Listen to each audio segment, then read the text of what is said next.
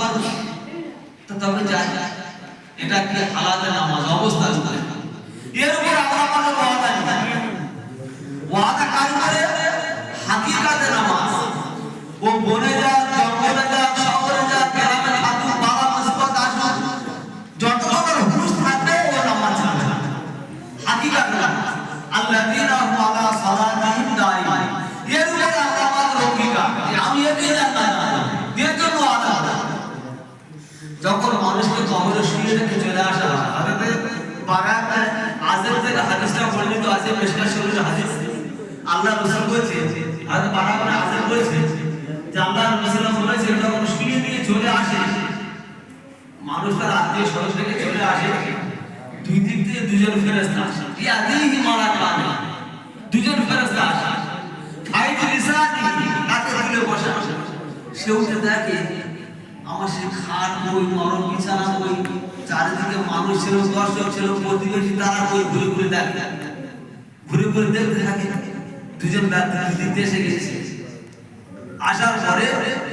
আল্লাহ রাসূল বলেছেন ওয়াতাওয়াল্লা আনহু আসহাবুহু যখন এই একটা মায়ের হয়ে গেল তার যত ভালোবাসার মানুষ থাকুক তার পেটে রাখা সন্তান হলো সবাই কাঁদবে যদি তুমি যত ভালোবাসো তা তুমি তাহলে তোমার মায়ের সঙ্গে তোমার বোনের সঙ্গে তোমার বাচ্চার সঙ্গে কবরে যাও তাহলে কি করবে সবাই কিন্তু যেতে হবে আমি আর কি করব যাব না কেউ সঙ্গে যাবে না আল্লাহ রাসূল বলেছেন ওয়াতাওয়াল্লা আনহু আসহাবুহু তাকে কবরে শুয়ে রেখে দিয়ে তার আত্মীয় স্বজনরা পিছনে ফিরে চলে আসে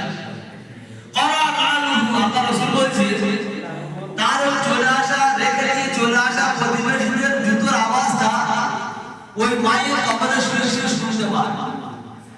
জামা ফেলে দিয়ে চলে যাচ্ছে আল্লাহ রাসূল বলেছেন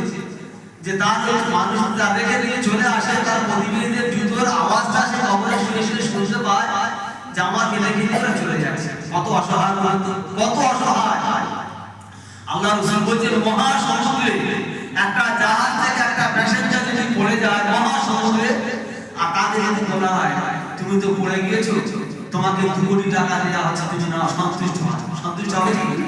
সব মানুষ সংসারে জানি তোমাকে দেওয়া হচ্ছে তুমি তাকে যে ভোগ বিলাস করো ও সন্তুষ্ট হবে কি তাকে যদি বলা ভাই তুমি না ছিল সন্তুষ্ট ছিলে এখন আর হাত পা ধরে উঠে আসো জানটা বেঁচে যাবে সন্তুষ্ট হবে আল্লাহ রাসূল বলেছেন মহাসমুদ্রে পড়ে যাওয়া জাহাজে ওই যে মানুষটা অসহায় সে মনে মনে করছে আল্লাহ কেউ কি আমার দেখা পায় না পড়ে গিয়ে জাহাজ থেকে হাবুডুবু খাচ্ছে পানি খাচ্ছে ওর জায়গায় একজন কবরবাসী আরো অসহায় রেখে দিয়ে চলে আসছে দুজন ব্যক্তি এসে হাজির হয়ে গেছে দুজন ফেরেশতা হাজির হয়ে গেছে হাজির যখন হয়ে গেছে জিজ্ঞাসা করছে মান রব্বুকা তোমার রব কে তো রবের সাথে কোনো সম্পর্ক সুরের সঙ্গে গুণের সঙ্গে মদের গ্লাসের সঙ্গে গাঁজার পানির সঙ্গে এই তো সম্পর্ক মুসলমান ইসলামের সাথে সম্পর্ক আছে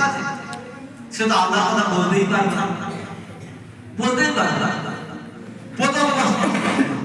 এবারে যদি সত্যিকারের ব্যক্তিটা মনে হয় আর আনাস ইবনে মালিক হাদিস বর্ণিত আছে মুসলিম শরীফের হাদিস আল্লাহ রাসূল বলেছেন যখন রেখে দিয়ে চলে আসে